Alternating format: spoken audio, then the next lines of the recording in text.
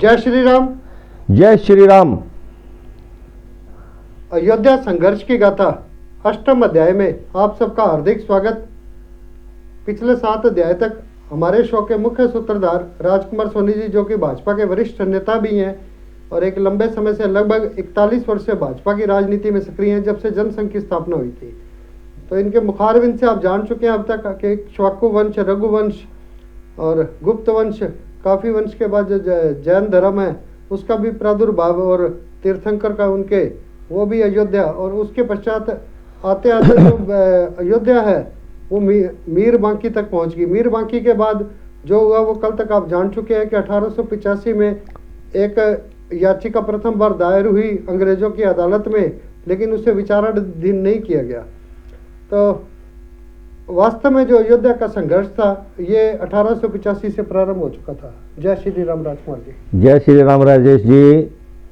Political creation house के सभी दर्शकों को, सभी मित्रों, दोस्तों को, बंधु बांधवों को दीपावली की अग्रिम शुभकामनाएं देता हूं और दशरथ नंदन भगवान श्री राम के श्री चरणों में कोटि कोटि वंदन और नमन करता हूं और भगवान श्री राम से प्रार्थना करता हूं कि मेरे क्षेत्र के सभी बंधु बांधवों को, मेरे मित्रों दोस्तों को, रिश्तेदारों को, सभी को सुख समृद्धि और संपत्ति दे, ऐसी मैं कामना करता हूं। जय श्री राम।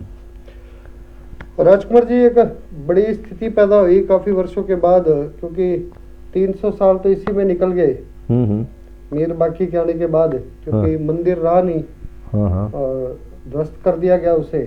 उसके बाद जो 1826 का 1885 का जो समय आया उसमें जो याचिका दायर हुई, उसके पश्चात क्या स्थिति चलती रही?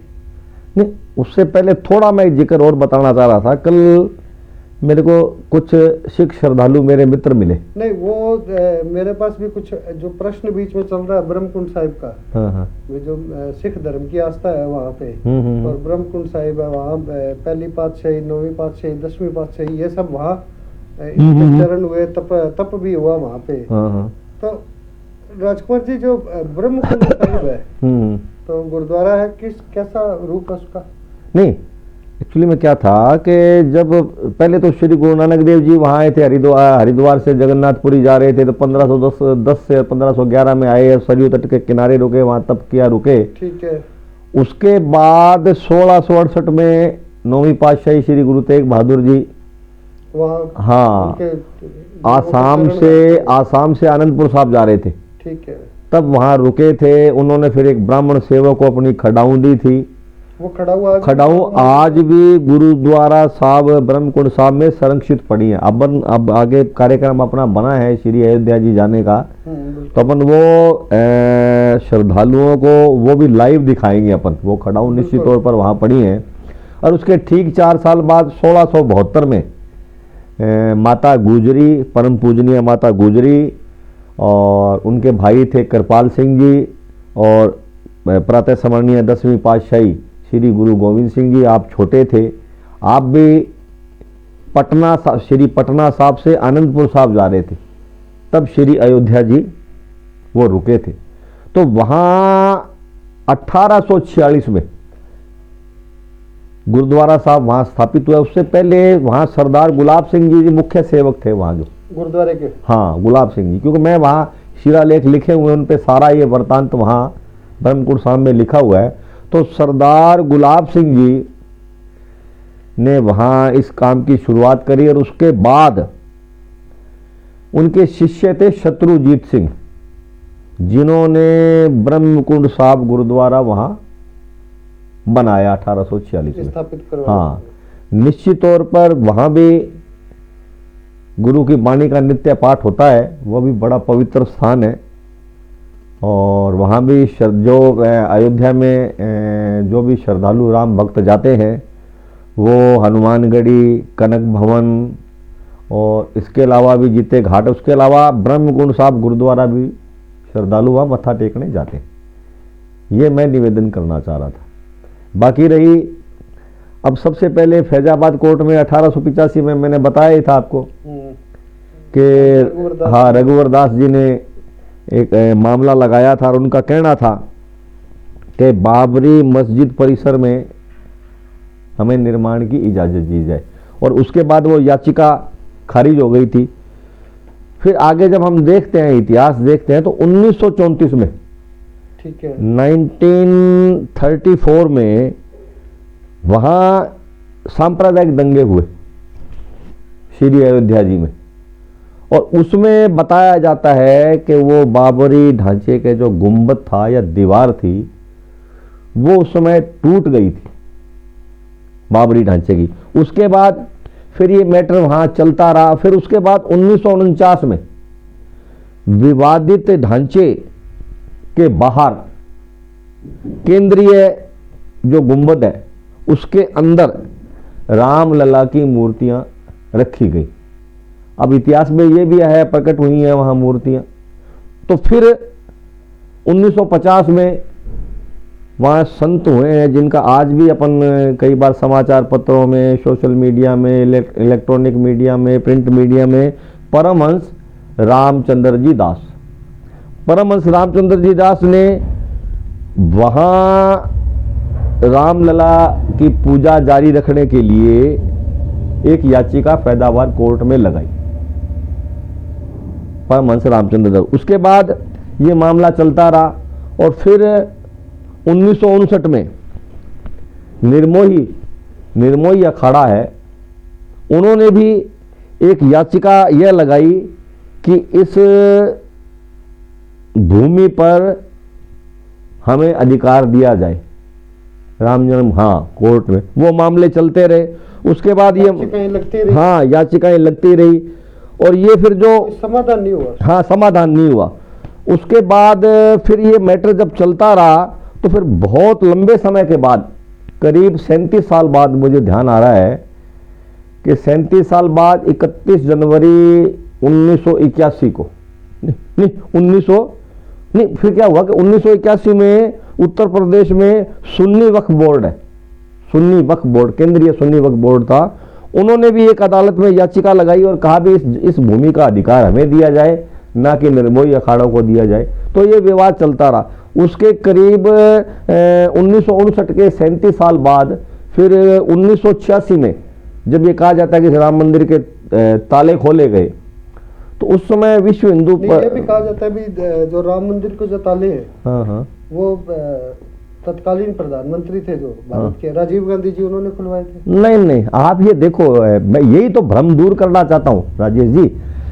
आप ये देखो, जैसे उनका शासन कांग्रेस की सरकार, निश्चित तौर पर वहाँ वीर बहादुर सिंह जी उत्तर प्रदेश के मुख्यमंत्री थे, और देश के प्रधानमंत्री आदरणीय श्री राजीव गांधी थे, इसमें कोई दो राय नहीं है।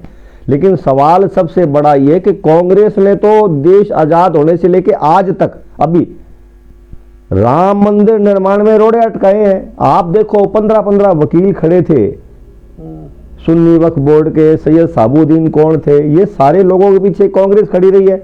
और कांग्रेस को ये भय सताता रहा कि अगर राम मंदिर बन गया तो बीजेपी लाभ ले जाएगी। तो आप देखो कि पिछले, मुझे ध्यान है जब 2019 में अपन चुनाव हो रहे थे लोकसभा के, उससे पहले कपिल सिब्बल ने याचिका लगाई थी ना सुप्रीम कोर्ट में, कहा था कि इनका लोकसभा चुनाव से पहले फैसला नहीं होना चाहिए। सही है। जब कांग्रेस ने 15 वकील खड़े किए कि राम मंदिर वहां नहीं बनना चाहिए, तो ये कैसे संभव है कि राजीव गांधी उसके ताले खुलवा देता? ये कोल कल्पित बातें हैं, केवल हिंदू वोट लिए जाने के कारण उन्होंने ऐसा प्रचार किया, लेकिन ऐसा नहीं था। उसमें हकीकत ये है, मैं थोड़ा सा ये जानना चाहता हूँ कि जैसे 1947 में देश आजाद हो चुका था, तो फिर इससे जो धार्मिक आस्था से जुड़ा मामला था, ये तो एक स्वतः स्फूर्त बात है कि भी अयोध्या का संबंध हिंदू धर्म से है, ठीक है, तो ये तो सामान्य सी बात है। तो इसका फैसला क्यों नहीं करवाया गया जो बीच के साल थी? क्योंकि बीजेपी तो 1980 में जनसंख्या है, नहीं, बीजेपी का गठन तो 6 अप्रैल 1980 को, उससे पहले जनसंघ था। बिल्कुल। तो ये जो बीच के साल है उसमें फिर क्या ये एक्चुअली में सुनो, इस देश में लंबे समय तक कांग्रेस का शासन रहा, बिल्कुल, और कांग्रेस ने मुस्लिम तुष्टीकरण के नाम पर उसका वोट बैंक नाराज नहीं हो जाए, क्योंकि उनको लगता था कि हिंदू तो सहिष्णु हैं, दयालु हैं, थोड़ी सी बात पर मान जाएंगे, ये कट्टर हैं, उनको वो वर्ग नाराज नहीं हो, इसलिए इस मामले को लटकाए रखा। नहीं, वैसे इसका उचित समाधान हो सकता था। निश्चित। अब सुनो, आज आप देखो भी नरेंद्र मोदी जी की इच्छा शक्ति थी। मैंने देखा जब अडवाणी जी ने रथ यात्रा निकाली तो उसके सारे कार्यक्रम के संचालक, आप उसमें मैं आपको चित्र, फोटो, वीडियो दिखा सकता हूं, नरेंद्र मोदी थे। मोदी जी के मन में था। वैसे तो देखो, विश्व हिंदू परिषद, राष्ट्रीय स्वयंसेवक संघ, बजरंग दल और लाखों इस देश के साधु संत कार, सबका मन में ये था, विचार था, भाव था कि राम मंदिर कोटि कोटि लोगों के आराध्य देव भगवान श्री राम का मंदिर उसके जन्म स्थान पर बनना चाहिए। बिल्कुल। लेकिन कांग्रेस नहीं चाहती थी। कांग्रेस को लगता था भाई अगर राम मंदिर बनेगा तो इसका सारा लाभ भारतीय जनता पार्टी को, राष्ट्रीय स्वयंसेवक संघ। 1981 में जब फिर ये मामला बढ़ा, उसके बाद नहीं, 1986 में जब ताले खुले ना, बिल्कुल, तो ताले ऐसे खुले भी 31 जनवरी को एक याचिका लगती है वहाँ जिला सेशन, हाँ, जिला सेशन न्यायाधीश थे M.K. पांडे, ठीक है, उनकी अदालत में 31 जनवरी को लगती है। अगले दिन 1 फरवरी को उसके ताले खोलने के आदेश हो जाते हैं। उसके बाद क्या होता है कि ये मामला विचार, अच्छा बीच में क्या था कि इससे ताले खुलने से पहले भी मुझे एक प्रसंग ध्यान आ रहा है कि 1984 में विश्व हिंदू परिषद का पहला सम्मेलन हुआ था दिल्ली में। उन्होंने विश्व हिंदू परिषद सम्मेलन किया था इसी राम मंदिर मुद्दे को लेकर, तो उसमें भी उन्होंने एक कमेटी का गठन किया था राम मंदिर निर्माण के लिए 1984 में। हाँ, 1984 में ये शुरू हो गया था और 1986 में जब ताले खुले उसके बाद मामला ये तूल पकड़ गया। और फिर मेरे को याद आ रहा है कि 1989 में करीब करीब जून का महीना था, 1989 जून में, मुझे आज भी याद है, मैं उस अधिवेशन में जा नहीं पाया। वो हिमाचल पालमपुर में एक अधिवेशन हुआ था, राष्ट्रीय कार्य समिति हुई थी भारतीय जनता पार्टी की 1989 में। उस राष्ट्रीय कार्य समिति में भारतीय जनता पार्टी ने इस मुद्दे को अपने मैनिफेस्टो में रखा। एक तो घोषणा पत्र में रखा भी राम मंदिर निर्माण भारतीय जनता पार्टी करेगी, और वहां यह तय हुआ कि श्री लाल कृष्ण अडवाणी जी 25 सितंबर 1990 को श्री सोमनाथ जी से श्री अयोध्या तक रथ यात्रा निकालेंगे। ये वहां जाकर तय हुआ और फिर ये सारा मुद्दा भारतीय जनता पार्टी ने, विश्व हिंदू परिषद ने, देश के संतों ने, राष्ट्रीय स्वयंसेवक संघ ने, मेरे को याद है कि इन लोगों ने फिर तय कर लिया कि अडवाणी जी रथ यात्रा निकालेंगे। राम मंदिर के लिए जितना भी संघर्ष हो लेकिन किया जाएगा। हाँ, तब ये तय हुआ भी वहां आप कार सेवा करेंगे। उस समय सरकार नहीं थी भाजपा की केंद्र में? नहीं, उस समय विश्वनाथ प्रताप सिंह की सरकार थी केंद्र में, और भारतीय जनता पार्टी के सहयोग से वो सरकार चल रही थी वीपी सिंह की, जिस समय ये अडवाणी जी ने, क्योंकि उस दिन पंडित दीनदयाल उपाध्याय जी का जन्मदिन होता है 25 सितंबर, ठीक है, उसी दिन ये तय कर दिया था राष्ट्रीय पालमपुर हिमाचल प्रदेश में भी अडवाणी जी रथ यात्रा निकालेंगे और वो रथ यात्रा सोमनाथ से होती हुई अयोध्या जी जाएगी। राजकुमार जी, जैसे पिछली बार भी अपन ने जो शो किए, हाँ, मेरी अयोध्या यात्रा, हाँ, उसमें 11 अध्याय किए थे, हाँ, उसमें ये जो दोनों संदर्भ में ये जुड़े हुए थे, हाँ। तो जब ये रथ यात्रा की शुरुआत हुई, मैं ये चाहूंगा भी आप इसको संक्षिप्त में एक बार पुनः बताएं। वे रथ यात्रा की जब शुरुआत हुई अडवाणी जी की सोमनाथ से, तो उस समय क्या काल परिस्थितियां थी, आपकी क्या भूमिका थी, श्री गंगानगर के जो लोग हैं उनकी क्या भूमिका थी, और राष्ट्रीय स्तर पर क्या भूमिका थी भाजपा की? नहीं, उस समय क्या हुआ कि पूरे देश में एक माहौल बन गया, राम मंदिर निर्माण। हाँ भाई, राम मंदिर निर्माण, हर व्यक्ति की भावना थी कि राम मंदिर निर्माण राम जी के जन्म स्थान पर जरूर होना चाहिए। प्रत्येक व्यक्ति, प्रत्येक महिला, छोटा बच्चा, बूढ़ा बड़ा, सबका मन में ये भाव बने कि अगर हिंदुस्तान में राम के जन्म स्थान पर राम मंदिर नहीं बन सकता तो फिर कहां बनेगा? अस्तित्व पर जो हाँ, उसलिए भावना बनी और गंगानगर में तो ज्वार था, मेरे को आज भी याद है। उस समय देश काल की क्या परिस्थितियां थी जब अडवाणी जी ने घोषणा की और उन्होंने वो रथ यात्रा शुरू की? हाँ, नहीं, उस समय राजनीतिक दलों में हलचल थी। देखो, राजनीतिक दल तो अपने ढंग से देखते हैं, वे ये पॉलिटिकल माइलेज लेंगे, लेकिन जो राम मंदिर निर्माण का मुद्दा है ये लोगों की आस्थाओं से जुड़ा हुआ था। इसका वोट से कोई लेना देना नहीं है। अगर ये नेहरू जी या कांग्रेस की कोई भी सरकार इतने साल तक ये बना देती तो उनको भी इस बात का, अगर वो लाभ मानते तो उनको भी मिलता, लेकिन उन्होंने क्यों नहीं बनाया?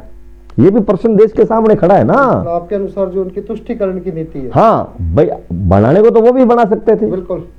लेकिन उस समय मेरे को याद है कि यहाँ संघ कार्यालय में ये तय हुआ था भाई जो कार सेवक से अयोध्या जाना चाहे वो अपना नाम नोट करा दे। ठीक है। और तो यहाँ से कितने कार सेवक गए? मेरे को दोनों दृश्य अलग अलग तरह से बताइए आप हमारे दर्शकों को भी। एक तो जब यात्रा की वहां से शुरुआत हुई, हाँ, उस समय क्या चल रहा था? अडवाणी जी यात्रा लेकर निकले, हाँ, और चले अयोध्या की ओर, और एक गंगानगर की जो परिस्थिति है या देश में क्या चल रहा था? नहीं देखो, सोमनाथ बड़ा पवित्र स्थान है, ठीक है, क्योंकि सोमनाथ मंदिर इसलिए चुना भी उसको बार बार तोड़ा गया। आपको ध्यान है मोहम्मद गजनवी का इतिहास आता है। हाँ, उनके लिए हाँ, तो भगवान शिव का भी, हाँ, मंदिर मारतंड दे खंडर, तो वहां से शुरू किया। और वहां भी उस दिन जब अडवाणी जी ने रथ यात्रा शुरू किया, वहां पूजा अर्चना हुई। फिर क्या था, पूरे देश से विभिन्न नदियों से जल भी मंगाया गया और भी बड़े विधिवत रूप से उस यात्रा को शुरू किया गया। तो वहां भी माहौल राममय था पूरे देश में वहां भी। लेकिन गंगानगर जिले में जबरदस्त माहौल था। आज से 31 साल पहले की बात बता रहा हूं मैं, भी बड़ा शानदार, बड़ा जबरदस्त माहौल था। और मैं खुद में बता रहा हूँ, मेरे में इतना उत्साह था, मैंने मेरे परिवार वालों से बात करी तो कहते जाओ। कितनी आयु रही होगी आपकी राजकुमार जी उस समय? उस समय मेरी आयु थी करीब 30 साल पहले, मान लो 24-25 साल की थी, 24-1 साल की थी। 24 साल। हाँ, तो युवा अवस्था में हाँ, हाँ, शादीशुदा था मैं। बच्चे? हाँ, मैं उसमें मेरे 2 बच्चे थे। अच्छा, तो आपको कुछ महसूस नहीं हुआ अभी मैं कार सेवा? नहीं, मैंने परिवार में बात करी ना, मैंने मेरे मदर से, फादर से, पत्नी से, सबसे करी। तो मैंने कहा मेरा मन है भी मैं कार सेवा के लिए, कार सेवा, मैं राम काज नहीं, कार सेवा नहीं, मैंने कहा राम काज में जाना चाहता हूँ। ठीक है।